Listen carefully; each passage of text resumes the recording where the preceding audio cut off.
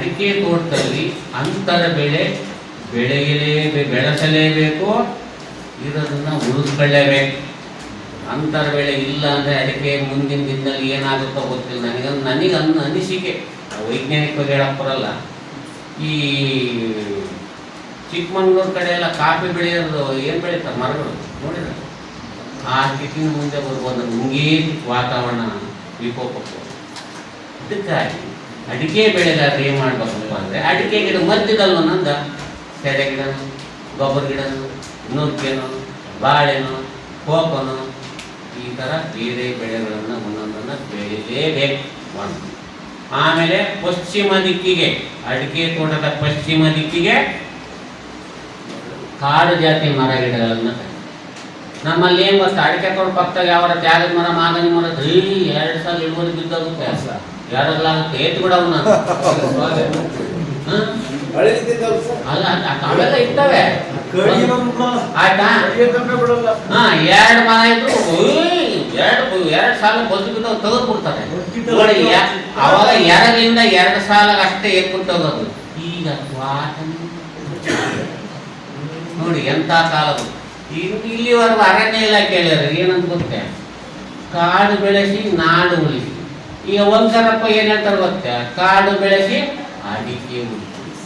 ನೀವು ಅಡಿಕೆ ಉಳಿಸ್ಬೇಕು ಅಂದರೆ ಕಾಡು ಬೆಳೆಸಿ. ಎಂಥ ಕಾಲದು. ಮುಂದಿನ ದಿನಗಳಲ್ಲಿ ಅಡಿಕೆ ಬೆಳೆ ಉಳಿಸ್ಕೋಬೇಕು ಅಂದರೆ ಅಡಿಕೆ ತೋಟ ಸುತ್ತಮುತ್ತ ಎಲ್ಲಿ ಸಾಧ್ಯ ಮರ ಗಿಡ ಬೆಳೆಸ್ಬೇಕು. ನೋಡಿ ಎಂಥ ಕಾಲ. ನಾವು ಕಾಡು ಬೆಳೆಸಿದ್ರೆ ಅವನು ಬೆಳೆಸ್ತಾನೆ, ಹೊಲ ಮರ ಇರೋ ಕಾಡಿನಾಗಿರೋ ಮರ ಕೊಡ್ಲಿ ಹಾಕೋದು ಬಿಟ್ಟರೆ ಆ ಅಭ್ಯಾಸ ಅಷ್ಟೇ ನಮಗಿರೋದು. ಬೆಳೆಸೋ ಅಭ್ಯಾಸ ನಮಗಿಲ್ಲ. ಇನ್ನು ಮುಂದೆ ಅಡಿಕೆ ತೋಟ ಉಳಿಸ್ಕೋಬೇಕು ಅಂದರೆ ಬೆಳೆಗಳು, ತೋಟ ಸುತ್ತ ಮರ ಗಿಡಗಳನ್ನು ಬೆಳೆಸಿ. ಯಾಕಂದ್ರೆ ವಾತಾವರಣ ಬಿಸಿಲು ಕಡಿಮೆ ಮಾಡೋಕ್ಕೆ ಬೇರೆ ದಾರಿ ಇಲ್ಲ,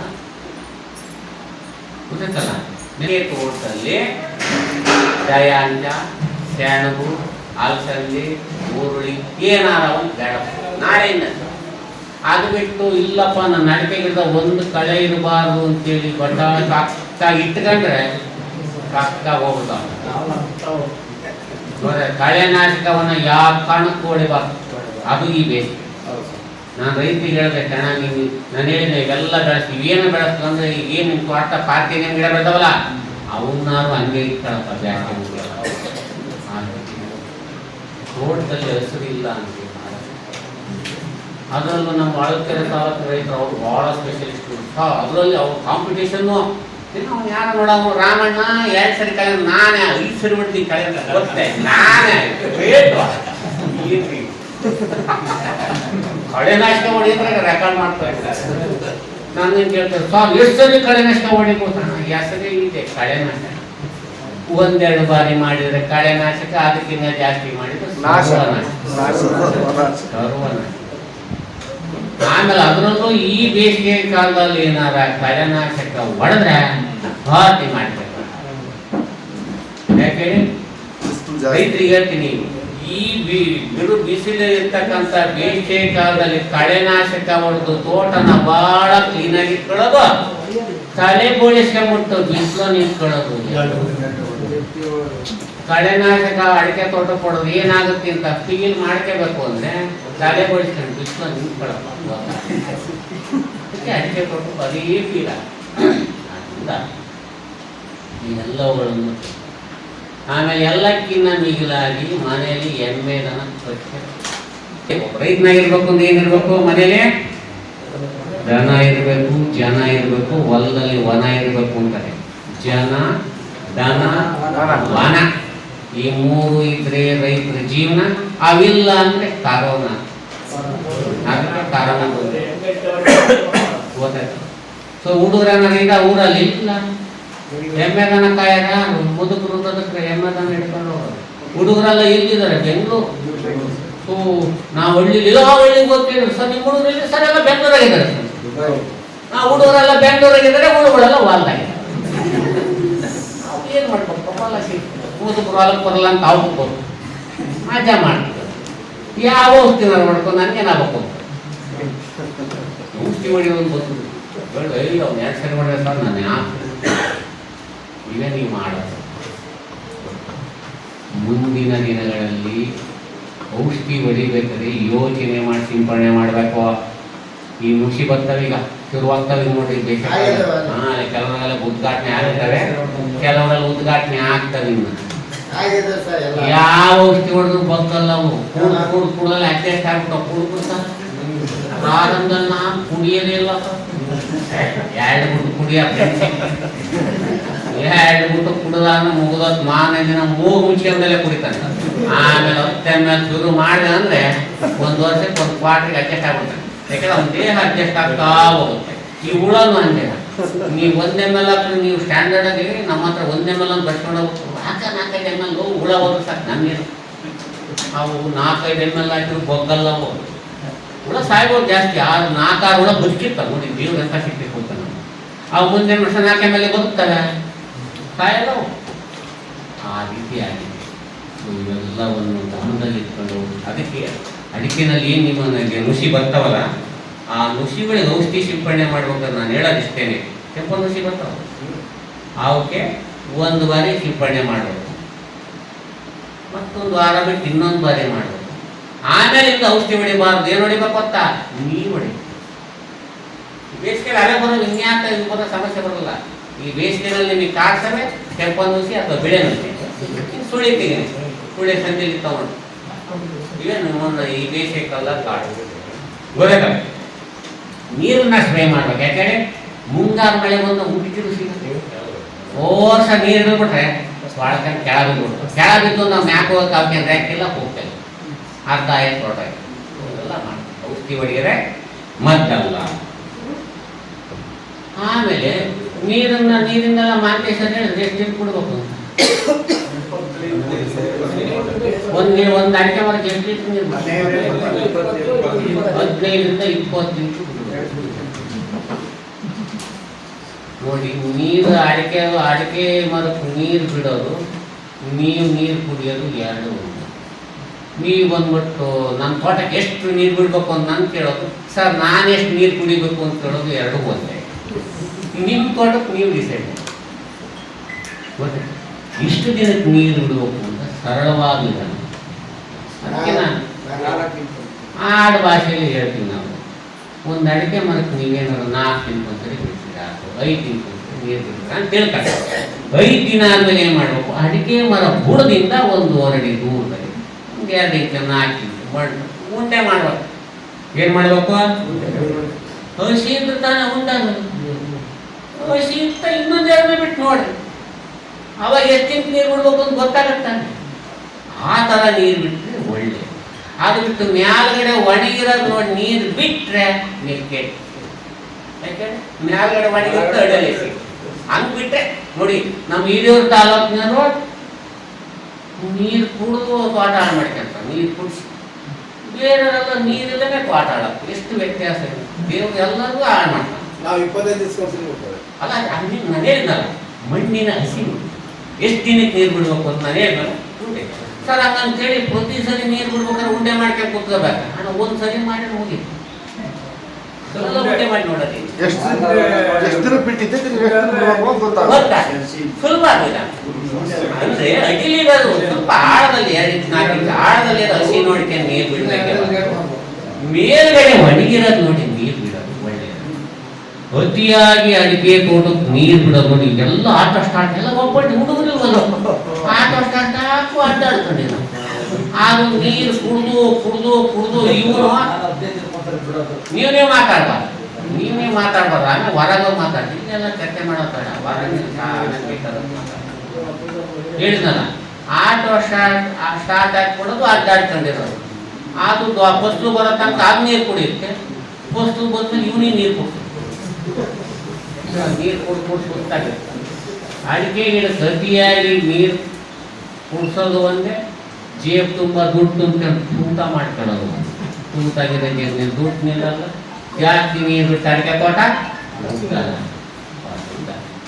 ಯಾಕೆ ಉದ್ಧಾರ ಆಗಲ್ಲ ಅಂದರೆ ನೀವು ಅತಿಯಾಗಿ ನೀರು ಬಿಡ್ತೀರಿ. ನೀವು ಹಾಕಿರೋ ಪೋಷಕಾಂಶಗಳು ತೊಳ್ಕೊಂಡು ಹೋಗ್ತವೆ.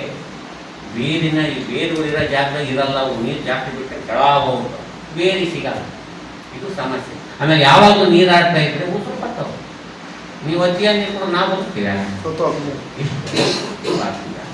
ನೀರನ್ನು ಆಮೇಲೆ ನೋಡಿ ಎಷ್ಟು ದಿನಕ್ಕೆ ನೀರು ಬಿಡ್ಬೇಕು ಅನ್ನೋದು ಕಲ್ಲು ಭೂಮಿಗೆ ಒಂಥರ, ಮರಳು ಭೂಮಿಗೆ ಒಂಥರ ಇರುತ್ತೆ, ಕೆಂಪು ಭೂಮಿಗೆ ಒಂಥರ ಇರುತ್ತೆ, ಕಪ್ಪು ಮಣ್ಣು ಒಂಥರ ಇರುತ್ತೆ, ಕರಳು ಮಣ್ಣು ಒಂಥರ ಇರುತ್ತೆ.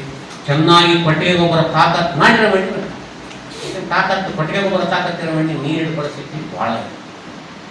ಇದರ ಆಧಾರದ ಮೇಲೆ ನೀರು ಬಿಡಬೇಕೇ ಬರುವ ಇಷ್ಟೇ ಲೀಟ್ರ್ ನೀರು ಬಿಡಬೇಕು ಬರುತ್ತೆ. ಕೆಲವು ರೈತರು ಹೇಳ್ತಾರೆ 10 ಲೀಟ್ರ್ ಸಾಕು, ಇನ್ನು ಕೆಲವರು 16 ಲೀಟ್ರ್, ಮಾರ್ಕೆಟ್ ನಿಮಗೆ 15 20 ಲೀಟ್ರ್. ಅದು ಮಣ್ಣಿನ ಗುಣದ ಇದು ಭಾಳ ಮುಖ್ಯ. ಆಮೇಲೆ ಬೇಸಿಗೆ ಕಾಲದಲ್ಲಿ ನುಸಿಯನ್ನು ನೀವು ಹತೋಟಿ ಮಾಡಕ್ಕೆ ನೀರು ಭಾಳ ಮುಖ್ಯ. ನೀರಿನ ಕೊರತೆ ಇದ್ದರೆ ನುಸಿ ಉಕ್ಕಿ ಬಿಡ್ತಾವೆ ಬರುತ್ತೆ. ಇವೆಲ್ಲವನ್ನು ಗಮನಿಸಬೇಕು. ಆಮೇಲೆ ಮಣ್ಣು ನೀರು ಪರೀಕ್ಷೆ ಮಾಡಿ, ಮಣ್ಣು ನೀರು ಪರೀಕ್ಷೆ ಮಾಡಿಸಿ, ಮಣ್ಣು ಪರೀಕ್ಷೆ ಮಾಡಿ ಗೊಬ್ಬರ ಹಾಕ್ಬೇಕು, ರಕ್ತ ಪರೀಕ್ಷೆ ಮಾಡ್ಕೊಂಡು ಊಟ ಮಾಡಬೇಕು. ಎಂಥ ಕಾಲ ರಾಮಣ್ಣ 2 ಪ್ಯಾಕೆಟ್ ಯೂರಿಯಾ ಹಾಕಿದ್ರೆ ನಾನು ಕಡಿಮೆ, ನೀವು 4 ಪ್ಯಾಕೆಟ್ ಯೂರಿಯಾ ಹಾಕಿ ನಿಮ್ಮ ತೋಟ ಹಾಳಾಗಬೇಕು. ಹಿಂಗೆ ತಿಳ್ಕೋಬೇಕು. ರಾಮಣ್ಣ ಸಕ್ಕರೆ ಕಾಯಿ ಇಟ್ಟು ಹುಷಾರ ಒಂದೇ ಒಂದು ಹೋಳಿಗೆ ತಿನ್ನೋದು, ನಾನು ರಾಮಣ್ಣ ಸಡ್ಡು ಹೊಡಿಯೋಕ್ಕೋ ಸಕ್ಕರೆ ಕಾಯಿ ಇಟ್ಟ 4 ಹೋಳಿಗೆ ತಿನ್ನಿ ಅಂತ ಹೋದು ಇದು ಅದೇ. ಎಷ್ಟು ಗೊಬ್ಬರ ಹಾಕ್ಬೇಕು ಅನ್ನೋದನ್ನ ಮಣ್ಣು ಪರೀಕ್ಷೆ ಆದ್ರ ಮೇಲೆ ಹಾಕ್ಬೇಕು. ಕೊಟ್ಟಿಗೆ ಗೊಬ್ಬರ ಎಷ್ಟು ಗೊತ್ತಾಯ್ತ? ಕೊಟ್ಟಿಗೆ ಗೊಬ್ಬರ ಮುದ್ದೆ ರೊಟ್ಟಿ ಇದ್ದಂಗೆ, ರಸಗೊಬ್ಬರಗಳು DAP ಯೂರಿಯಾ, ಗೋಧಿ ಮಂಜಿರಿ, ಮೆಣಸಿನ್ಕಾಯಿ ಬೋಂಡ ಇದ್ದ. ಅತಿಯಾಗಿ ಮೆಣಸಿನ್ಕಾಯಿ ಬೋಂಡ ತಿಂದ್ರೆ ಏನಾಗುತ್ತೆ ಅಂತ ಅತಿಯಾಗಿ ರಸಗೊಬ್ಬರ ಕೊಟ್ಟರೆ ಹಂಗಂತ ರಸಗೊಬ್ಬರ ಕೊಡ್ದೇನೆ ತೋಟ ಮಾಡಕ್ ಆಗಲ್ಲ. ಅಂತ ಭೂಮಿ ಇಟ್ಟು ನಾವು ಎಲ್ಲ ಹಾಳು ಮಾಡಿಬಿಟ್ಟಿದ್ವಿ ಭೂಮಿ. ಗೊತ್ತಾಯ್ತು? ಮನೆಗೆ ಎಣ್ಣೆಲ್ಲ ಭೂಮಿಗೆಲ್ಲ ತಾಕತ್ತು ಗೊತ್ತಾಯ್ತ? ಇವೆಲ್ಲ ಪೋಷಕಾಂಶ ನಿರ್ವಹಣೆ, ನೀರು ನಿರ್ವಹಣೆ ಇವೆಲ್ಲಗಳ ಆಧಾರದ ಮೇಲೆ ಉಳಾಗೋದ.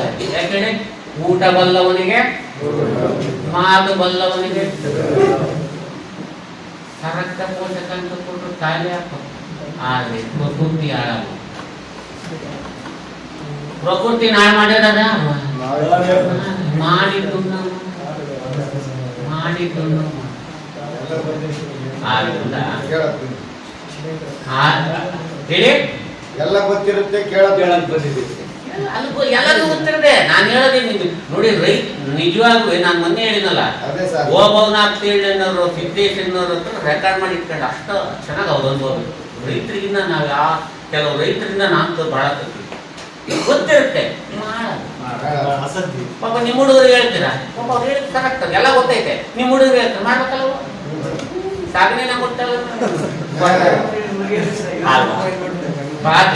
ಇವೆಲ್ಲ ಸಮಸ್ಯೆಗೆ ಅದೇ ಪರಿಹಾರ.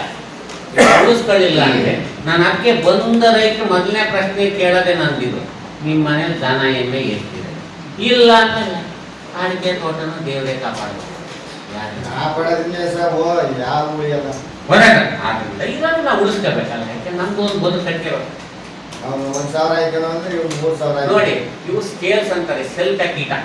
ಭಾಳ ಆಯ್ತು ಸರ್.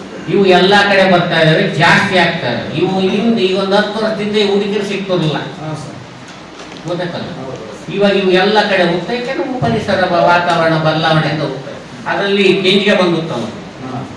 ಈ ಆ ಕೆಂಜಿಗೆ ಕಟ್ಟಿ ಗೂಡು ಕಟ್ಟಿದೆ ನೋಡಿ, ಆ ಕೆಂಜಿಗಳಿಗೂ ಈ ಕೀಟಕ್ಕೂ ಒಂದು ನಂಟು. ನೀವು ನೋಡ್ಬೋದು, ಕೆಂಜಿಗಿರ ಕಡೆ ಇತ್ತು. ಬೆಳಗ್ಗೆ ಒಬ್ಬ ರೈತರು ಬಂದಲ್ಲ, ಯಾರು ಹೇಳಿದ್ರು? ಅವ್ರು ಹೇಳಿದ್ರು, ಸರ್ ಕೆಂಜಿಗಿರೋದ್ರಾಗೆಲ್ಲ ಒಂದು ಕಾಯಿ ಬರಲ್ಲ ಸರ್, ಎಲ್ಲ ಒಣಗೋಗ್ಬಿಟ್ಟು ಅಂಬಾಳಿ. ಮತ್ತು ಈ ಒಂದು ರಸ ಇದೆ, ತಲೆ ತುಂಬ ಏನಿದ್ರು ತಲೆ ಕೂದಲಿರ್ತವೆ, ಕ್ಯಾತ್ ಕ್ಯಾತ್ ಕ್ಯಾತ್ ಬರ ಊರ ಕೂದಲಲ್ಲಿ ಉದುರು ಹೋಗ್ತವೆ. ಇದು ಆಗಿದೆ, ಗೊತ್ತಾಯ್ತಲ್ಲ. ಶೆಲ್ಕ ಕೀಟ ಅಂತ ಕರೀತಾರೆ.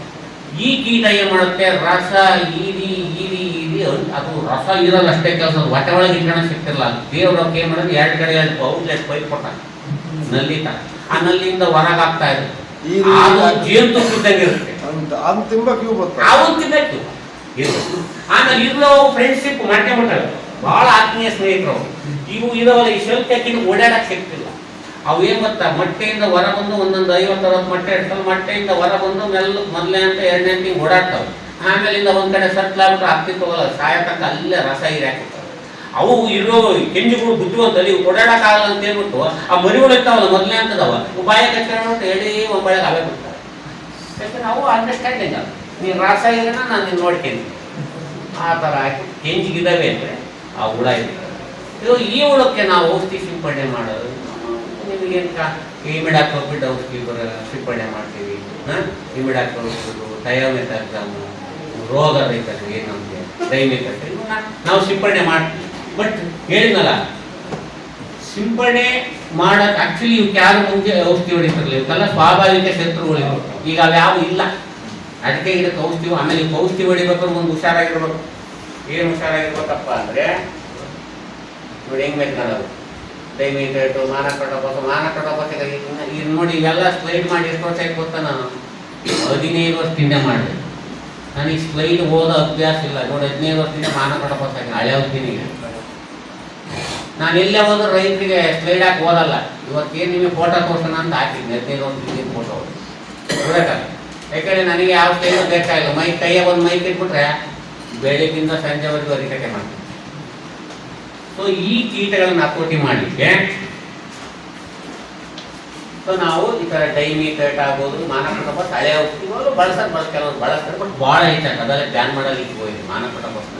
ಮತ್ತು ಇಮಿಡಾಕ್ ಹೋಗ್ಬಿಟ್ಟು ಥಯೋಮೆಥಾಕ್ಸಾಮ್ ಈ ಅಸಿಟಮಿಥಿನ್ ಬಳಸ್ತಾರೆ. ಆಮೇಲೆ ಇನ್ಫ್ಲಾರೆಸೆನ್ಸ್ ಬೋರರ್ ಅಂತ ಐತೆ ನೋಡಿ, ಹಿಂಗಾಗಿತ್ತು. ಇದರಲ್ಲಿ 2 ಸಮಸ್ಯೆ ಬರ್ತಾವೆ ನೋಡಿ. ಒಂಬಾಳೆ ಒಣಗುವ ರೋಗ ಬರುತ್ತೆ, ಒಂಬಾಳೆ ತಿನ್ನುವ ಹುಳ.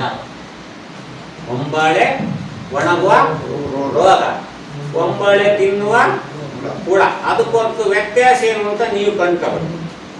ವ್ಯತ್ಯಾಸ ಹೆಂಗಿರುತ್ತೆ ಅಂದರೆ, ಒಂಬಾಳೆ ತಿನ್ನುವ ಹುಳ ಇದ್ರೆ ಅದೇನು ಮಾಡುತ್ತೆ, ತಿಂದು ಕ್ಯಾಕಿರುತ್ತೆ. ಏನು ಮಾಡಿರುತ್ತೆ, ಕೇಟಿರುತ್ತೆ. ನೋಡಿ ಎಲ್ಲ ನೋಡಿ ಸೂಕ್ಷ್ಮ ನೋಡಿದ್ರೆ ಗಸಗಸೆ ಪುಡಿ ಥರ ಕಾಣುತ್ತೆ. ಏನಿರ್ತಲ್ಲೇ ಗಸಗಸೆ ಪುಡಿ ಥರ ಇರುತ್ತೆ. ಅದು ತಿಂದು ಇಕ್ಕೆ ಎಲ್ಲ ಗಸಗಸೆ ಪುಡಿ ಥರ ಅಂಟ್ಕೊಂಡಿರ್ತಲ್ಲ. ಸೊ ಅದನ್ನ ನೋಡಿ ನಾವು ಅದನ್ನ ಹುಳ ಇದು ಅಂತ ನಾವು ಡಿಸೈಡ್ ಮಾಡ್ಬೋದು. ಒಳ್ಳೆದಲ್ಲ. ಸೊ ಅದಿಲ್ಲ ಅಂದ್ರೆ ಏನಿರುತ್ತೆ, ರೋಗ. ಒಳ್ಳೆದಲ್ಲ. ಒಂಬಾಳೆ ತಿನ್ನುವ ಹುಳ ಅಥವಾ ಒಂಬಾಳೆ ಒಣಗುವ ರೋಗ. ಇದು ಬಿಟ್ಟರೆ ನೆಕ್ಸ್ಟ್ ಆಗಲೇ ಹೇಳಿದ್ನಲ್ಲ ಶೆಲ್ಕ್ ಹಾಕಿ, ಇವು ಒಂಬಾಳೆನಲ್ಲಿ ಮುಖ್ಯ. ಯಾವ್ಯಾವ ಬರ್ತವೆ? ಒಂಬಾಳೆ ತಿನ್ನುವ ಹುಳ, ಒಂಬಾಳೆ ಒಣಗುವ ರೋಗ, ಶೆಲ್ಕ್ ಹಾಕಿ. ಸರ್ ಇವು ಯಾವುದೆಲ್ಲ ಇರೋದಿರ್ತವೆ ಅಂದ್ರೆ ಈ ತರ ನೀವು ತಿಳ್ಕೊಬೇಕು, ಗೊತ್ತಾಗ. ಸೊ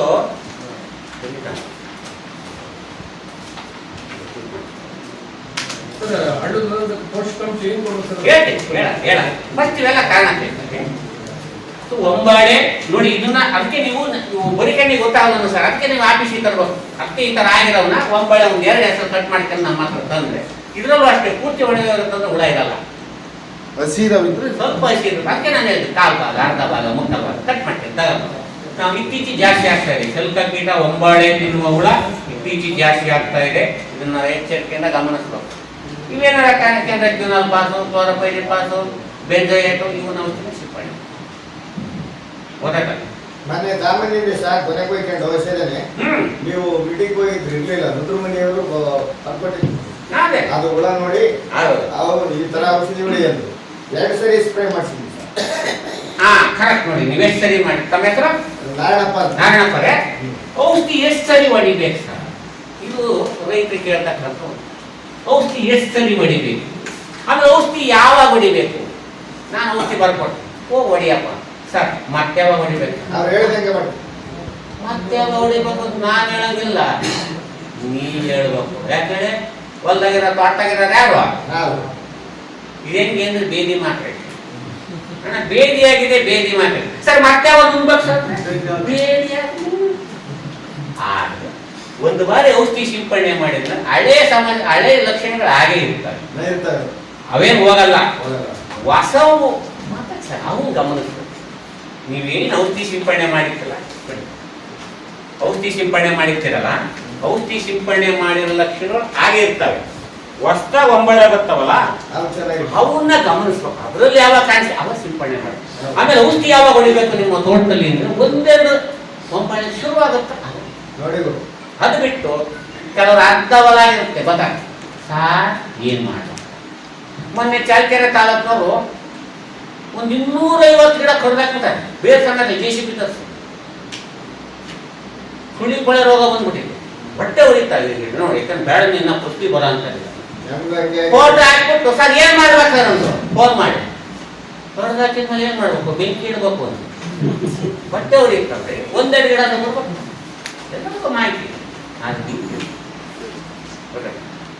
ಜೋಡಿ ಚಿಕನ್ ಹೇಳಿದ್ರು ಒಬ್ಬರು ರೈತರು ಅವರಲ್ಲೊಂದು ಬ್ಯಾಕ್ಟೀರಿಯಾ ಮುಂದೆ ಹೋಗಿ ಅದು ಬಂದಾಗ ಇವಾಗ ಹೇಳಿ ಮತ್ತೆ ದಾರಿ ತಪ್ಪ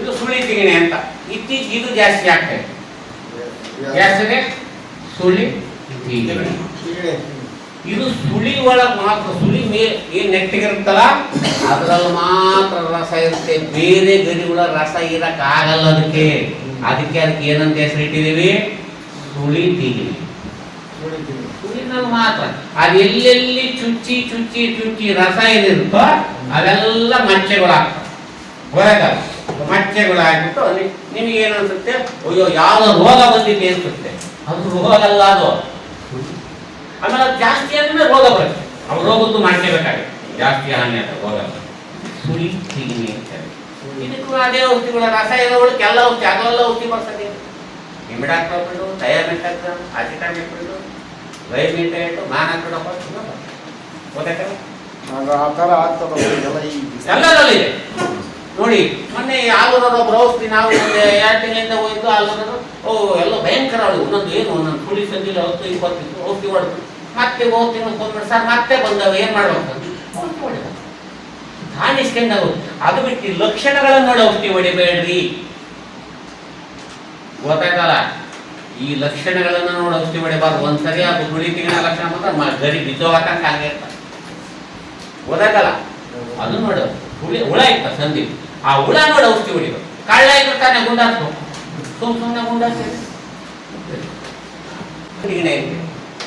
ನೀವು ನೋಡ್ಬೋದು ಕೆಲವು ಸುಳಿ ಮೂತ್ರಾಗಿತ್ತ ನೋಡಿ ಆ ಮೂತ್ರಾಗಿರಕ್ಕೆ ನಾನಾ ಕಾರಣ ಇದೆ ಒಂದು ಈ ತರ ಇಟ್ಟು ತಿಗಣೆ ಬಂದ್ರೆ ಮೂತ್ರ ಆಗುತ್ತೆ ಇನ್ನೊಂದು ಶೆಲ್ಕೆಟ್ ಆಗ ಒಂಬಳೆ ಬರ್ತಾರ ಒಂಬಳೆಲಿ ಹಪ್ಪಳ ತರ ಬರುತ್ತೆ ಸಣ್ಣ ಕಪ್ಪಗೆ ಆ ಹುಳ ಬಂದ್ರೆ ನಾ ಮೂತ್ರ ಆಗುತ್ತೆ ಆ ಹುಳ ಇದ್ದರೆ ಔಷಧಿ ಹೊಡಿಬೇಕು ಸರ್ ಅದು ಯಾವೆಲ್ಲ ಮೂತ್ರ ಆಗುತ್ತೆ ಒಂದು ಕೆಲವು ಬಾರಿ ಈ ಸುಳಿ ಕೂಡ ರೋಗ ಬರುತ್ತಲ್ಲ ಆ ರೋಗದ ಲಕ್ಷಣ ಸ್ವಲ್ಪ ರೋಗ ಬಂದರೂ ಮೂತ್ರ ಅದು ನೋಡ್ತಾ ಬಿಟ್ಟು ನಾವು ಹುಳ ಇದ್ರೆ ಹುಳಕ್ಕೆ ರೋಗ ಇದ್ರೆ ರೋಗ ಸಿಂಪಡಣೆ ಹಾಕೊಳ್ಳಿ ಇವೆಲ್ಲ ನೀವು ಗಮನಿಸ್ಬೇಕು ಅದಕ್ಕೆ ನಾ ರೈತರಿಗೆ ಏನಾಯ್ತು ಗೊತ್ತಾ ಈ ತರ ಆಗಿರುತ್ತಲ್ಲ ಪೂರ್ತಿ ನೀವು ಸುಳಿನ ಕಡ್ಕೊಂಬರ್ರಿ ಅಂತ ಹೇಳಲ್ಲ ಈ ತರ ಆಗಿದ್ರೆ ಒಂದು 2-3 ಗರಿನ ಕಿತ್ಕೊಂಡು ಕವರ್ ಆಗಿರ್ತಂದ್ರೆ ನಾನು ಮೈಕ್ರೋಸ್ಕೋಪ್ ಚೆಕ್ ಮಾಡಿ ಏನೇ ಸಮಸ್ಯೆ ಇರುತ್ತೆ ಮಾತಿ ಸಿಗ್ತದೆ ಇವು ಎಲೆ ತಿನ್ನೋ ಹುಳ ಇವು ಯಾವಾಗ ಸರಿ ಬರ್ತವೆ ಏನೋ ಊಟ ಸಿಗಲ್ಲ ಅಂದ್ರೆ ಎಲೆ ತಿಂತಾರೆ ಈ ಹುಳ ಬಂದು ಕ್ಲೋರೋಪೈರಿಫಾಸ್ ಫಿನಾಲ್ಫಾಸ್ ಸಿಂಪಡಣೆ ಮಾಡ್ತಾರೆ ಆದ್ರೆ ಸಂಜೆ ಹೊತ್ತು ಇವು ನುಸಿಗಳು ನಾನು ಈಗಾಗಲೇ ಹೇಳಿ ನೋಡಿ ಬಿಳಿ ನುಸಿ ಕೆಂಪು ನುಸಿ 2 ಬರ್ತವೆ ನಾನು ಈಗಾಗಲೇ ಹೇಳಿದೆ ನುಸಿ ಕೂಡ 1-2 ಬಾರಿ ಔಷಧಿ ಸಿಂಪಡಣೆ ಮಾಡಬೇಕು ಆಮೇಲೆ ಆಮೇಲೆ ನೀರಿನ ಸಮಸ್ಯೆ ಆದ್ರೆ ಸಣ್ಣ 1-2 ವರ್ಷದ ಗಿಡ ವಾಣಿ ಬಿದ್ದೆ ಹೋಗ್ಬಿಡ್ತಾವ ಹಂಗೆ ರಸ ಇರ್ಬಿಡ್ತಾವ ರಾಕ್ಷಸ ಗೊತ್ತಾಗ ಅದಕ್ಕೆ ಇವನ್ನ ಹತೋಟಿ ಮಾಡಕ್ ಮೊದಲೇ ವಿಧಾನ ಏನ್ ಗೊತ್ತಾ ನಿಮ್ಮ ಹೊಲದಲ್ಲೇ ದಯಾಂಚರು ಸ್ಯಾಂಡ್ಗಳು ಏನಿಲ್ಲ ಅಂದ್ರೆ ಪಾರ್ಕಿಂಗ್ ಗಿಡನ ಬೆಳೆಸ್ಕೋಬೇಕು ನೋಡಿ ಹೋದ ವರ್ಷ ಹೆಂಗಾಯ್ತು ಅಂದ್ರೆ ಚಳ್ಳಕೆರೆ ತಾಲೂಕಿನವ್ರು ಒಬ್ಬರು ರೈತರು ಅವರು 2 ವರ್ಷದ ಗಿಡ ಆ ಗಿಡಕ್ಕೆ ಅವ್ರಿಗೆ ಹೇಳಿದ್ರು ನಾವು ಬೇಸಿಗೆ ಕಾಲ ಈ ಥರ ದಯಾಂಚ ಸೆಣ್ಕೊಂಡು ಅವರೇ ಮಾಡು ಅಲಸಂದೆ ಉಳ್ಳಿ ಕೇಳ್ಬಿಟ್ಟು ಹೊರ ತುಂಬ ಉಳ್ಳಿ ಅಲಸಂದೆ ಹಾಕೋದು ಈಡೂರು ತಾಲೂಕಿನವ್ರು ಏನೂ ಇಲ್ಲ ಕಳೆ ಒಂದು ಇಡಬಾರ್ದು ಚೆನ್ನಾಗಿದೆ ಇವು ಚಳ್ಳಕೆರೆ ತಾಲೂಕಿನವರು ಬೇಸಿಗೆಯಲ್ಲಿ ನುಸಿಗೆ ಔಷಧಿನೇ ಹೊಡೆಯಲಿಲ್ಲ ಯಾಕಂದ್ರೆ ತೋಟ ತಂಪಾಗಿದೆ ಅದೇ ಹಿರಿಯೂರು ತಾಲೂಕಿನವರು 3 ಸರಿ ಔಷಧಿ ಮಾಡಿದ್ರು ಬಗ್ಲಿಲ್ಲ ನನ್ನನ್ನು ಕರ್ಕೊಂಡು ಹೋದ್ರು ಫೋಟೋ ತಗ್ಸಿ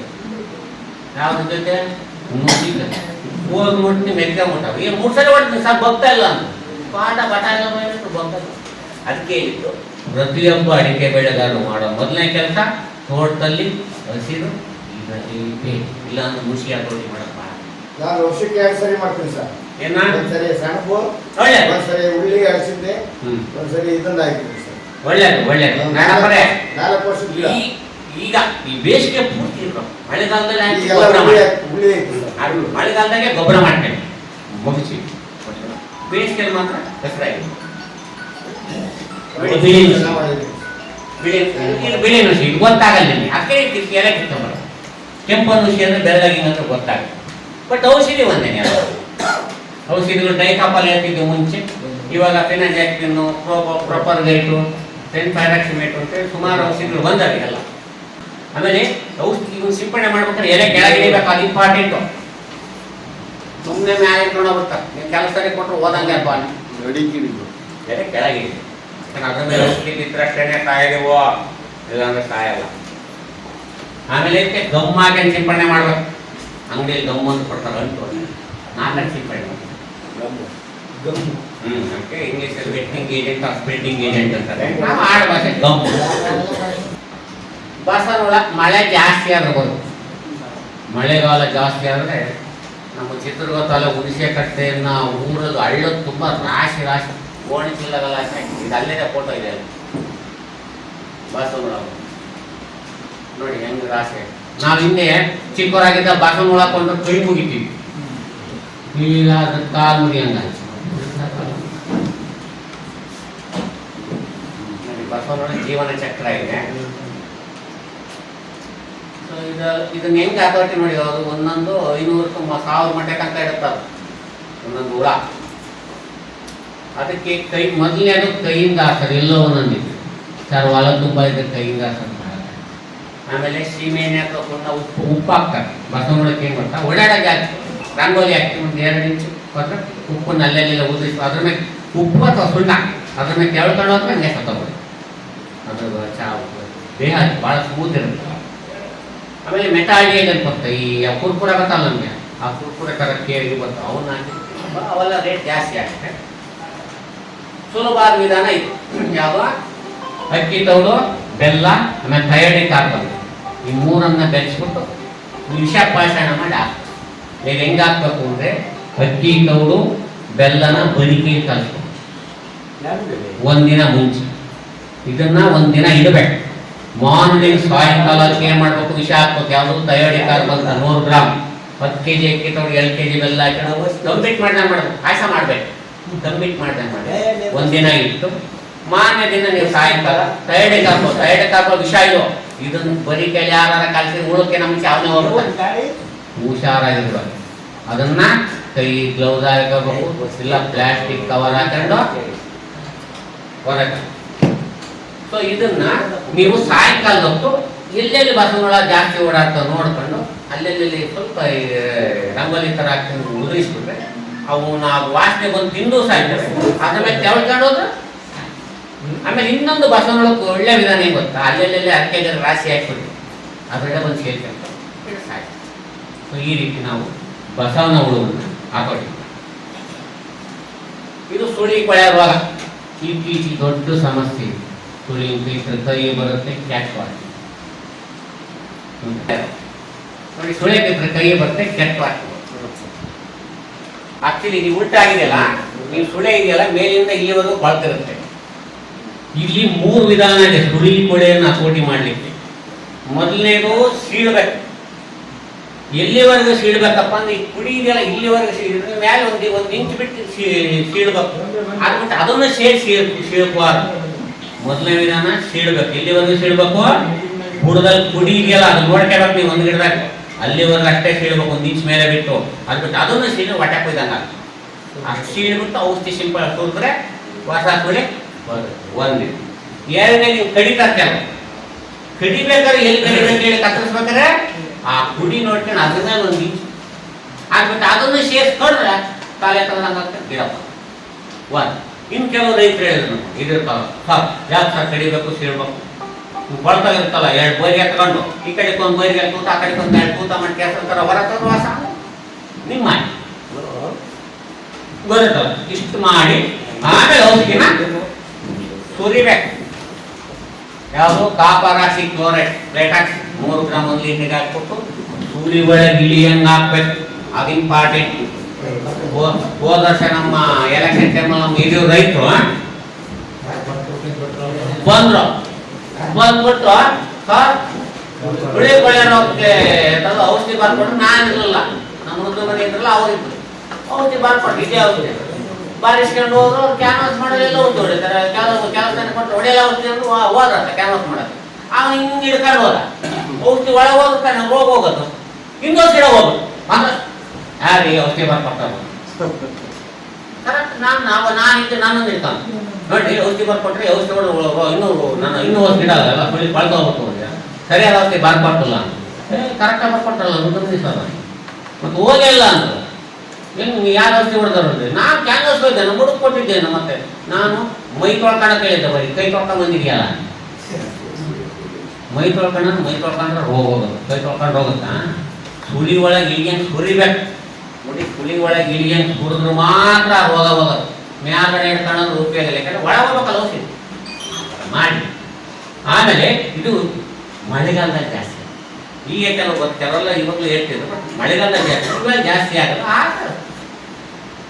ಆಗಿರೋಕ್ಕೆ ಸೀಳಬೇಕು, ಸೀಳೆ ಔಷಧಿ ಹಾಕ್ಬೇಕು, ಬೇರೆಯವ್ರಿಗೆ ಹಾಗೇ ಔಷಧಿ ಹಾಕ್ಬೇಕು. ಆದ್ಬಿಟ್ಟು ಒಂಥರಪ್ಪ ಎಲ್ಲ ಪುಸ್ತಕ ಇಟ್ಕೊಂಡು ಹೋಗ್ಬಿಟ್ಟಾನ, ಸುಮ್ಮನೆ ಆಪರೇಷನ್ ಮಾಡೋಣ.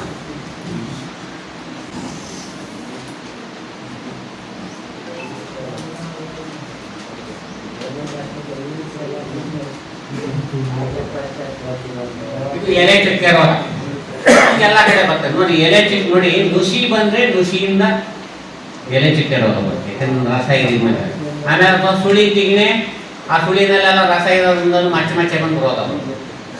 ಎರಡೂ ಇಲ್ದಲೇ ಅಂದ್ರೆ ಎಲೆ ಚಿಕ್ಕೆ. ಸೊ ಇದಕ್ಕೆ ನಾವು ಸಿಂಪಡಣೆ ಮಾಡ್ತೀವಿ. ಇದಕ್ಕೂ ಕಾಪರಾಕಿ ಕೂಡ ಐತೆ, ಮ್ಯಾಂಕೋಜೆಬ್ ಐತೆ, ಇವಾಗೆಲ್ಲ ಪ್ರೋಪಿಕೋನೋದು, ಎಕ್ಸಾಕೋನೋದು ಅಂತ ಇವಾಗೆಲ್ಲ ಹೊಸ ಔಷಧಿ ಬಂದ. ಪ್ರೋಪಿಕೋನೋದು ಅಂತ 1 ಮಿಲಿ 1 ಲೀಟರ್ಗೆ ಸಿಂಪಡಣೆ ಮಾಡಿ ಇದಾಗಬೇಕು. ಇದು ನೋಡಿ ಬ್ಯಾಕ್ಟೀರಿಯಾ ರೋಗ ಹೊಸ್ತಾಗಿ ಬಂದಿರೋದು, ಇದು ಅನೇಕ ಕಡೆ ತೋಟನೆ ಮುಡಿಸ್ತೀವೋ, ಇದು ಬ್ಯಾಕ್ಟೀರಿಯಾ ರೋಗ ಅಂತ. ಫಸ್ಟ್ ಇದನ್ನ ಪ್ರಥಮವಾಗಿ ನಾನು ನೋಡಿದ್ದು ಬಿರೇನಹಳ್ಳಿ ಇದಿರ್ತಾವ, ಒಂದು 7-8 ವರ್ಷದಿಂದ ನೋಡಿದ್ದು. ಆಮೇಲೆ ಇದು ಒಂದು 4-5 ವರ್ಷದಿಂದ ಶುರುವಾತು ಚಿತ್ರದುರ್ಗ ಸುತ್ತ, ಅಂಪೈನ ಮಾಳಿಗೆ, ಜೋಡಿ ಚಿಕ್ಕನಹಳ್ಳಿ, JN ಕೋಟೆ, ಆಮೇಲಿಂದ ಪಾಲನಹಳ್ಳಿ, ಆಮೇಲಿಂದ ತಾಳ್ಯ, ಇಷ್ಟು ಕಡೆ ನಾನು ಗಮನಿಸಿದ್ದೆ, ಎಲ್ಲ ಕಡೆ ಬರ್ತಾ ಇದೆ. ವಿಚಿತ್ರ ಏನಪ್ಪಾ ಅಂದ್ರೆ ಇದು ವಿಚಿತ್ರ ಅಂದ್ರೆ ಇದು ಒಂದು ಯಾವ್ದಾರ 1-2 ತೋಟಕ್ಕೆ ಆಪರೇಷನ್ ಅಷ್ಟರಲ್ಲೇ ಬೇರೆ ತೋಟಕ್ಕೆ ಅಷ್ಟು ಹೋಗಿಲ್ಲ. ಯಾವಾಗ ಬರುತ್ತೆ ಹೇಳಕ್ಕ ನೋಡಿ, ಇತ್ತೀಚೆಗೆ ಜಾಸ್ತಿ ಆಗ್ತಾ ಇದೆ ಈ ರೋಗ. ಬಂದ್ರೆ ಅದೇ ಕಾಪರಾಕ್ಸಿ ನೋಡಿದೆ, ಅದಕ್ಕೆ ಅದ್ರ ಜೊತೆ ಬ್ಯಾಕ್ಟೀರಿಯಾ ನಾಶ ಹಾಕಿ ಸಿಂಪಡಣೆ ಮಾಡಬೇಕು. 10 ಗ್ರಾಮ್ ಬ್ಯಾಕ್ಟೀರಿಯಾ ನಾಶಕ, 2 ಗ್ರಾಮ್ ಕಾಪರಾಕ್ಸಿ ಹಾಕಿ ಸಿಂಪಡಣೆ ಮಾಡಿದ್ರೆ ಈ ರೋಗ ಹತೋಟಿ ಬರುತ್ತೆ. ಬ್ಯಾಕ್ಟೀರಿಯಾ ರೋಗ ದಾಳಿಂಬೆ ಬರಲ್ಲ ಅದೇ.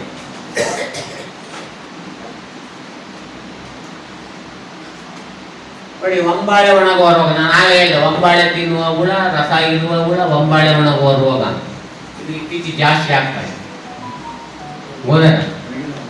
ಸೊ ಇದಕ್ಕೆ ಮೊದಲೇ ಕೆಲಸ ನೀವು ಮಾಡಬೇಕಾದ್ದು, ಹೋದ ವರ್ಷ ಒಂಬಾಳೆ ಒಣಗಿರ್ತಾವಲ್ಲ ಅವನ್ನ ಕೊನೆ ಬೀಡ ಅಟ್ಟೆ ಕೀಳ್ಬೇಕಾದ್ರೆ ಇಂಥ ಒಣಗಿರೋವನ್ನೆಲ್ಲ ಕಪ್ಪದಾಗ ಒಣಗಿರೋವನ್ನೆಲ್ಲ ಕಿತ್ಬಿಟ್ಟು ಹಾಕ್ಬೇಕು, ಇಲ್ಲ ಮಣ್ಣಾಗ ಗೊತ್ತಾಕ್ಬೇಕು. ಅವನ್ನ ಹಂಗೆ ಬಿಟ್ರಿ ಅಂದ್ರೆ ಮುಂದಿನ ವರ್ಷ ಮಳೆ ಶುರುವಾದಾಗ ಅದ್ರಾಗಿರೋ ರೋಗ ಹೊಲ ತುಂಬ ಹರಡುತ್ತೆ. ಕಾರಣ ರೋಗ ಬಂದ ಮನೆ ಒಳಗೆ ಇಟ್ಕೊಂಡು ದಿನ ಮಾತ್ರ ನಿಮಗೆ ಹೋಗೋಗುತ್ತಾ, ಅವನ್ನೇ ಮಾಡ್ಬೇಕು, ರೂಮ ಕೂಡ ಸಪ್ರೇಟ್. ಇದು ಹಂಗೇನೆ, ರೋಗ ಬಂದಂತ ಒಂಬಾಳೆ ಸುತ್ತಾಕ್ಬೇಕು, ಇಲ್ಲ ಮಣ್ಣಾಗ ಗುತ್ತಾಕಿ ರೋಗ ಆಡಿಸ್ಬೇಕು. ಆಮೇಲೆ ಇದು ಕಾಣಿಸ್ಕೊಂಡ 1-2 ಒಂಬಾಳೆ ಕಾಣಿಸ್ಕೊಂಡಾಗ ಸಿಂಪಡಣೆ, ಮ್ಯಾಂಕೋಜೆಬ್ ಇದೆ ಅಥವಾ ಇದಕ್ಕೆ ಎಕ್ಸಾಕೋನಜೋಲ್ ಅಂತ ಸಿಲಿಂಡರ್ ಹಾಕಿ ಸಿಂಪಡಣೆ. ಇದು ಅಣಬೆ ರೋಗ. ಮುಂದಿನ ದಿನದಲ್ಲಿ ಅಡಿಕೆ ತೆಂಗನ್ನು ಸರ್ವನಾಶ ಮಾಡದೇ ಇದು ಕ್ಯಾನ್ಸರ್ ರೋಗ. ಇದು ಪ್ರಾರಂಭದಲ್ಲಿ ಗೊತ್ತಾಗಲ್ಲ, ಬಂದ್ಮೇಲೆ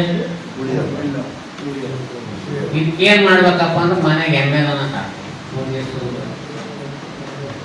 ಅಣಬೆ ರೋಗ ಕಂಟ್ರೋಲ್ ಮಾಡಕ್ಕೆ ಏನ್ ಮಾಡ್ಬೇಕು ಅಂದ್ರೆ ದನ ಕಾಯ್ದು, ಎಂತ ದನ ಎಮ್ಮೆ ಇಟ್ಟು ಜೀವಾಮೃತ ಮಾಡಿ ಟ್ರೈಕೋಡರ್ಮ ಅಂತ ಜೀವಾಣು ಬಳಸಿದ್ರೆ ಈ ರೋಗವನ್ನ ಯಶಸ್ವಿಯಾಗಿರುತ್ತೆ. ರೋಗ ಜಾಸ್ತಿ ಆದಾಗ ಔಷಧಿ ಹಾಕೋದು ಗೊತ್ತಾಗ ನೋಡಿ, ಅಣಬೆ ಬರುತ್ತೆ ಹೆಂಗೆ ಅಂದ್ರೆ ಗರಿಗಳೆಲ್ಲ ಹಳದಿ ಜೋತ್ ಬಿಡ್ತವೆ, 6 ತಿಂಗಳಲ್ಲಿ ಮರ ಪೂರ್ತಿ ಗರಿಗಳೆಲ್ಲ ಆಚೆ ಜೋತ್ಕೊಳ್ತವೆ. ಆಮೇಲೆ ಮರ ಹಿಂಗೆ ನೋಡಿ ಬಿದ್ದೋಗುತ್ತೆ, ಬೇರೆಲ್ಲ ಕೊಳ್ತೋಗಿರ್ತವೆ, ಮರ ಪೂರ್ತಿ ಸತ್ತೋದ್ನ ಬಿಡ್ದಾಗ ಅಣಬೆ ಬಂತು. ಅದಕ್ಕೆ ಇದಕ್ಕೇನಂತಾರೆ ಅಣಬೆ ರೋಗ. ಇದಕ್ಕೆ ಮುಖ್ಯವಾಗಿ ನೀವು ಮಾಡ್ಬೇಕಾದ ಏನಪ್ಪ ಅಂತ ಹೇಳಿಲ್ಲ, ಕೊಟ್ಟಿಗೆ ಗೊಬ್ಬರ, ಜೀವಾಮೃತ, ಆಮೇಲೆ ಜೀವಾಣುಗಳನ್ನು ಬಳಸಬೇಕು. ಟ್ರೈಕೋಡರ್ಮ. ರೋಗ ಬಂದಿರೋಕ್ಕೆ ರಾಸಾಯನಿಕ ಶಿಲೀಂಧ್ರನಾಶಕ ಹಾಕ್ಬೇಕು. ಯಾವುದು? ಎಕ್ಸಾಕೋನಜೋಲ್ ಕ್ಯಾಪ್ಟನ್. ಇದನ್ನ ಸುತ್ತ ಹಾಕಿ ಎಕ್ಸಾಕೋನ 2 ಮಿಲಿ 1 ಲೀಟರ್ ನೀರು ಬೆಳೆಸ್ಬಿಟ್ಟು ಬೇರೆ ಕಟ್ತಾರೆ. ಬಟ್ ಬೇರೆ ಕಟ್ಟೋದು ಕಷ್ಟ. ಅದ್ರ ಬದಲು ಗಿಡ ಸುತ್ತ ಹಾಕ್ಬೇಕು. 2 ಮಿಲಿ 1 ಲೀಟರ್ ಬೆಳೆಸ್ಬಿಟ್ಟು ಒಂದೊಂದು ಗಿಡಕ್ಕೆ ಒಂದೊಂದು 5-6 ಚಂಬು ಉಯ್ಬೇಕು, ಬೇರೆ ನೆನೆಯ.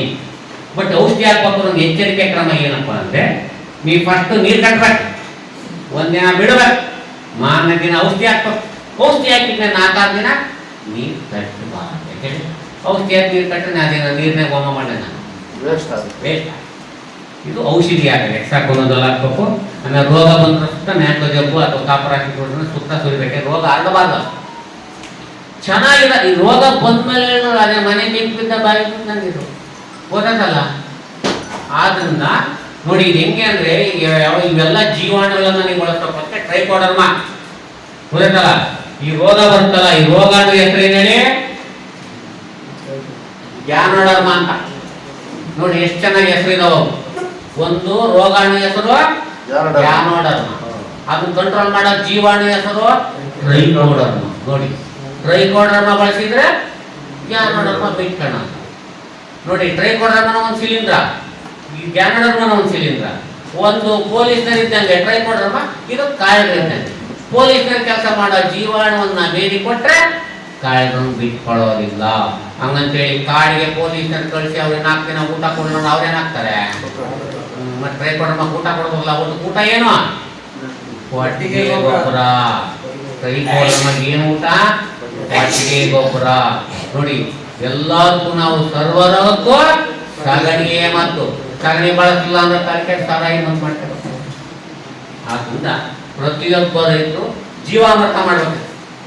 200 ಲೀಟರ್ ನೀರಿಗೆ 10 kg ಸಗಣಿ, 10 ಲೀಟರ್ ಗಂಜಿಲ, 2 kg ಬೆಲ್ಲ, 2 kg ಕಡಲೆ ಹಿಟ್ಟು, ಒಂದು 500 ಗ್ರಾಮ ಒಂದು ಬಾಕ್ಸ್ಗೆ ಆಲದ ಮರ, ಅರಳಿ ಮರ, ಬೇವಿನ ಮರ, ವಾಂಗ್ಯ ಮರ ಕುಡ್ದಾಗಿರೋ ಮಣ್ಣು ಇಷ್ಟು 4 ಬೆಳಿಗ್ಗೆ ಒಂದು 8 ಸತಿ, ಸಂಜೆ ಒಂದು ಎಷ್ಟು ಹೇಳ್ತಾರೆ, ಒಂದು ಕೋಲ್ ತಗೊಂಡು ತಿರುವುದು ನೆರಳಾಗಿರ್ತಂದ್ರೆ 1 ವಾರಕ್ಕೆ ರೆಡಿ ಆಗ್ತಾವೆ. 1 ವಾರ ಆದಮೇಲೆ ಎಷ್ಟು ಹಾಕ್ಬೇಕಪ್ಪ ರೈತರಿಗೆ ಆಡ ಭಾಷೆಯಲ್ಲಿ ಹೇಳ್ಬೇಕು ಅಂದ್ರೆ, ಸಣ್ಣ ಸಸಿಗಳಿಗೆ ಲೋಟದ ಲೆಕ್ಕ 1-2 ಲೋಟ, ದೊಡ್ಡ ಆಗುತ್ತೆ 1-2 ಚೊಂಬು ರೆಡಿ ಆಗ್ತಲ್ಲ. ಹಾಕ್ಬೇಕಾದ್ರೆ ಟ್ರೈಕೋಡರ್ಮ ಎಲ್ಲ ಮಿಕ್ಸ್ ಮಾಡಿ ತಗೊಂಡು ಎಲ್ಲ ಕುಯ್ಕೊಂಡು ಗೊತ್ತಾಗ. ಈ ರೀತಿ ಜೀವಾಮೃತ ಹಾಕಿದ್ರೆ ಈ ರೋಗವನ್ನ ಹತೋಟಿ. ಮುಂದಿನ ದಿನಗಳಲ್ಲಿ ಅಡಿಕೆ, ತೆಂಗಲ್ಲ ಪ್ರತಿಯೊಂದು ಬೆಳೆಗೂ ಇದೇ ಸಮಸ್ಯೆ. ಸರ್, 200 ಲೀಟರ್ ಜೀವಾಮೃತಕ್ಕೆ ಎಷ್ಟು ಟ್ರೈಕೋಡರ್ಮ? ನಾವು ನೋಡಿ, ಟ್ರೈಕೋಡರ್ಮ ಹೆಂಗೆ ಹೇಳ್ತೀವಿ ಗೊತ್ತಾ? 1 kg ಟ್ರೈಕೋಡರ್ಮ 100 kg ಪಟ್ಟಿಗೆ ಗೊಬ್ಬರಕ್ಕೆ ಹಾಕ್ರಿ. ಕಡಿಮೆ ಅಂದ್ರೆ ನೀವು 200 kg ಟ್ರೈಕೋಡರ್ಮ ಹಾಕಿದ್ರೆ ಒಳ್ಳೇದೇ. 1 kg ಟ್ರೈಕೋಡರ್ಮನ 100 kg ಪಟ್ಟಿಗೆ ಗೊಬ್ಬರ. ಅದೇ ರೀತಿ 1 kg ಟ್ರೈಕೋಡರ್ಮನ 100 ಲೀಟರ್ ಜೀವಾಮೃತ, 200 ಲೀಟರ್ ಜೀವಾಮೃತ ಮಾಡಿ 2 kg ಹಾಕಿ. ನೀವು ಇನ್ನೂ 3-4-5 kg ಹಾಕಿದ್ರೆ ಒಳ್ಳೇದು. ಕಡಿಮೆ ಜಾಸ್ತಿ ಹಾಕಿದ್ರೆ ಜೀವಾಣು ತೊಂದರೆ. ಇದು ಅಣಬೆ ರೋಗ ಗಂಭೀರವಾಗಿರೋದು. ಮುಂದಿನ ದಿನಗಳಲ್ಲಿ ಎಲ್ಲ ಬೆಳೆಗೂ ಎಲ್ಲರಿಗೂ ಬರುತ್ತೆ. ಇದನ್ನು ಕಂಟ್ರೋಲ್ ಮಾಡಕ್ಕೆ ಔಷಧಿ ಸುರಿದು ಅದನ್ನು ತಿಂದು ನಾಮಿ ರೋಗ.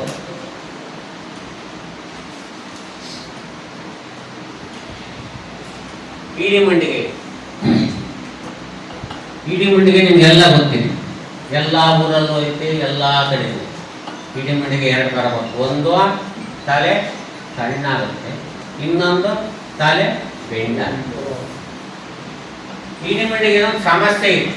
ಇದು ರೋಗ ಅಲ್ಲ, ವಿಚಿತ್ರ. ಇದು ರೋಗ ಎಲ್ಲ ಹೋಗ್ತಾ ಇದೆ. ಇದು ಮುಖ್ಯ ಬರೋದು ಯಾವ್ದನ್ನ? ಮಣ್ಣಿನ ಗುಣ. ನೋಡಿ, ತಲೆ ಸಣ್ಣಾಗಿರುತ್ತೆ, ಇಲ್ಲ ತಲೆ ಬೆಂಡ ಆಗುತ್ತೆ. 2 ರೀತಿ ಬರ್ತದೆ ನೋಡಿ.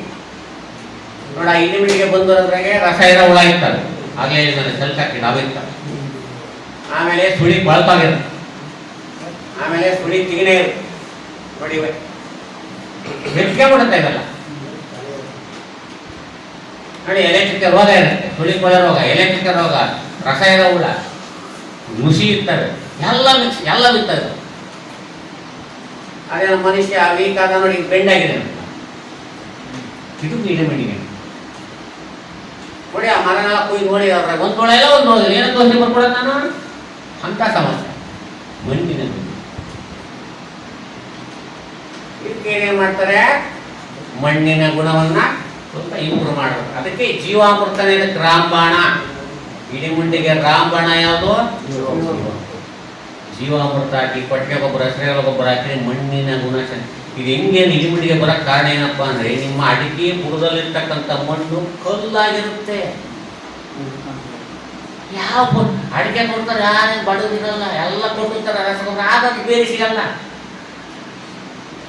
ಗೊತ್ತಾಗಲ್ಲ ಯಾಕೆ ಜೀವಾಣು ಇರಲ್ಲ ನಿಮ್ಮ ಕೈ ಕಾಲು ಎರಡು ಕಟ್ಬಿಟ್ಟು ಮುಂದ್ಗಡೆ ಗೋಬಿ ಮುಚ್ಚಿದ್ರೆ ತಿನ್ನು ತಿಂತೀರ ಕೈ ಕಾಲು ಕಟ್ಟ ಯಾವ ಇದನ್ನ ಅರ್ಥ ಮಾಡ್ತಾರೆ ರೈತರು ಜೀವಾಣು ಅರ್ಥ ಮಾಡ್ತಾರೆ ನೀವು ಯಾಕೆ ಆಗೋಗುತ್ತೆ ದೇವರಿಗೆ ನೀವು ಅರ್ಥ ಮಾಡ್ತಾರೆ ಜೀವಾಣುಗಳು ಯಾಕೆ ಮಣ್ಣಿನಲ್ಲಿ ಇಲ್ಲ ಮಣ್ಣಿನಲ್ಲಿ ಜೀವಾಣು ಇರುತ್ತೆ ಬರೋದಕ್ಕೆ ಸಣ್ಣ ಸದತೆ ಮಣ್ಣು ಸಡಿಲಿಸ್ಬೇಕು ಕಪ್ಪು ಮಣ್ಣಿದ್ರೆ ಕೆಂಪು ಮಣ್ಣು ಹಾಕ್ತಾರೆ ಕೆಂಪು ಮಣ್ಣಿದ್ರೆ ಕಪ್ಪು ಮಣ್ಣು ಹಾಕ್ತಾರೆ ಹಸಿರೆಲೆ ಗೊಬ್ಬರ ಕೊಟ್ಟಿಗೆ ಗೊಬ್ಬರ ಎರೆಹುಳು ಗೊಬ್ಬರ ಜೀವಾಣುಗಳು ಜೀವಾಮೃತ ಎಲ್ಲ ಬಳಸಿದ್ರೆ ಇದನ್ನ ಬಟ್ ಬೇರೆ ಏನಾದ್ರು ಮಾಡಿದ್ರೆ ಕಾಪರ್ ಆಕ್ಸಿಕ್ಲೋರೈಡ್ ಮ್ಯಾಟಾಲಜಿ ಇಂಥವ್ರು ಔಷಧಿಗಳನ್ನು ಹುಡುಕ್ ಹಾಕ್ತಾರೆ ಅದು ಮುಖ್ಯವಾಗಿ ಬೇಕಾಗಿರೋದು ಇದಕ್ಕೆ ಜೀವಾಮೃತ ಯಾವಾಗ ಹಾಕ್ಬೇಕಾದ್ರೆ ಇದು ಹಿಂಗೆ ಆದ್ಮೇಲೆ ಹಾಕಿದ್ರೆ ಉಪಯೋಗ ಇಲ್ಲ ಹಿಂಗೆ ಆದ್ಮೇಲೆ ಹಾಕೋದು ಒಂದೇ ಕೈ ಸೊಟ್ಟಾದ್ಮೇಲೆ ಹಾಸ್ಪಿಟಲ್ ಕರ್ಕೊಂಡು ಪೋಲಿಯೋ ಡ್ರಾಪ್ಸ್ ಹಾಕೋದು ಒಂದು ಕೈ ಸೊಟ್ಟಾದ್ಮೇಲೆ ಪೋಲಿಯೋ ಡ್ರಾಪ್ಸ್ ಹಾಕಿದ್ರೆ ನೆಟ್ಗಾಗುತ್ತಾ ಅದೇ ಪ್ರತಿಯೊಬ್ಬ ರೈತರು ಜೀವಾಣು ನಮ್ಮ ಹತ್ರ ಬಂದರೆ ಎಲ್ಲ ಮಾಹಿತಿ ಕೊಡಿ ಯಾಕಂದ್ರೆ ಒಂದೊಂದು ಜೀವಾಣು ಬಗ್ಗೆ ಮಾಹಿತಿ ಕೊಡಬೇಕು ಗೊತ್ತಾಗ ಮಾತ್ರ ನಿಮ್ಮ ತೋಟ ಉದ್ಧಾರ ಆಗುತ್ತೆ ಯಾವ ರೈತ ಯಾವ ವಿಜ್ಞಾನಿ ಯಾವ ಅಧಿಕಾರಿ ನಿಮ್ಮ ತೋಟಕ್ಕೆ ಎತ್ತಿ ಇಟ್ಬಿಟ್ರೆ ನೆಟ್ಗಾದ್ರೆ ನಾನೇ ದೇವರಾಗ್ತೀನಿ ನಾನೇ KSRTC ಬರ್ತೀನಿ ಸ್ಟ್ಯಾಂಡಿಂಗಲ್ಲಿ ಬರ್ತೀನಿ ನೀನಷ್ಟೇ ದೇವರಾಗ್ತೀನಿ ನೆಲದಲ್ಲಿ ಏನಿಲ್ಲ ಸರ್ ಅದೇ ಹೇಳಿದ್ದು ಮಣ್ಣಿನ ಗುಣ ಇದೆ ಇಡುಮಂಡಿಗೆ ಸಮಸ್ಯೆ ಬರದೇ ಮುಖ್ಯ ಕಾರಣ ಮಣ್ಣಿನ ಗುಣ ಬದಲಾಯಿಸಿದ ಏಕೈಕ ವಿಧ ನಿಮ್ಮ ಮನೇಲಿ 4 ದಿವಸ ಇಡಬೇಕು ಮೊನ್ನೆ ಯಾರೋ ರೈತರು ಹೇಳ್ತಾ ಇದ್ರು ಹಿಂಗೆ ನಾವು ಕಾರ್ಯಕ್ರಮದಲ್ಲಿ ಸರ್ ನೀವು ಇಷ್ಟೆಲ್ಲ ಸಾವಯವ ಕೃಷಿ ಮಾಡಿ ಎಂತ ಜೀವಾಮೃತ ಮಾಡಿ ನೀವೆಲ್ಲ ಹೇಳ್ತಿರಲ್ಲ ಬೇಸಾಯ ಮಾಡೋದು ಎಣ್ಣೆ ಕೊಡಲ್ವಲ್ಲ ಬೇಸಾಯ ಮಾಡೋದು ಎಣ್ಣೆ ಕೊಡಲ್ವಲ್ಲ ಅಂದ್ರು ನಾನು ಯೋಚನೆ ಮಾಡ್ದೆ 1 ನಿಮಿಷ ಯೋಚನೆ ಮಾಡಿ ಅವ್ರಿಗೊಂದು ಉತ್ತರ ಕೊಟ್ಟೆ ಇದೇ ತರ ರಸಗೊಬ್ಬರ ರಾಸಾಯನಿಕಗಳನ್ನ ಬಳಸಿ ದನ ಎಮ್ಮೆನೆಲ್ಲ ಕಳ್ಕೊಂಡು 10 ವರ್ಷ ಅವ್ರು ಹಿಂಗೆ ವಿಷಯ ಆಯ್ತು ಅಂದ್ರೆ 10 ವರ್ಷ ಆದ್ಮೇಲೆ ನಗರಗಳಲ್ಲಿರೋರಿಗೆ ಮಕ್ಕಳಾಗಬೇಕು ಅಂದ್ರೆ ದನ ಕಾಯೋದನ್ನ ಬೇಸಾಯ ಮಾಡೋದನ್ನ ಹಿಡಿಕೊಂಡು ಹೋಗತ್ತ ಪ್ರಕೃತಿ ನಾವು ಇವಾಗೆಲ್ಲ ನೀವು ನೋಡ್ಬೋದು ಬೆಂಗಳೂರಲ್ಲಿ ಟೆಸ್ಟ್ ಬೇಬಿ ಸೆಂಟರ್ ಶುರುವಾಗುತ್ತೆ ಗಂಡು ಮಕ್ಕಳಾಗದೇ ಇಲ್ಲ ಯಾಕಂದ್ರೆ 2 ಲಕ್ಷ ಸಂಬಳ ಮಕ್ಕಳ ಆಗಲ್ಲ ಎಂತ ಅದು ಆರೋಗ್ಯ ಅನ್ನೋದು ಎಲ್ಲಿದೆ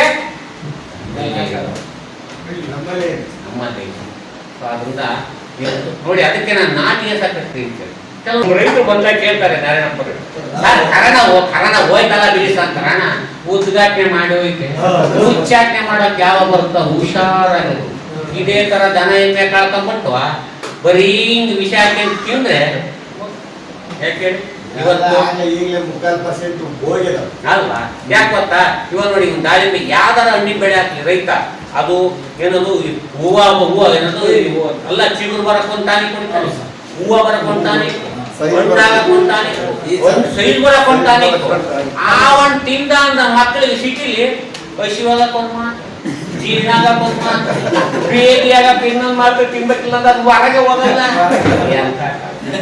ಮಾಡಿದ್ದು ಮನೇಲಿ ದನ ಎಮ್ಮೆ ಇದ್ರೆ ಸಾವಯವ ಕೃಷಿ ದನ ಎಮ್ಮೆ ಇಲ್ಲ ಅಂದ್ರೆ ಸಾಯುವ ಕೃಷಿ ಆಯ್ಕೆ ಮಾಡ್ತೀವಿ ಮುಂದಿನ ಯಾವ ವಿಜ್ಞಾನಿ ಯಾವ ಅಧಿಕಾರಿ ಏನು ಮಾಡಲ್ಲ ನಿಮ್ಮ ಆರೋಗ್ಯ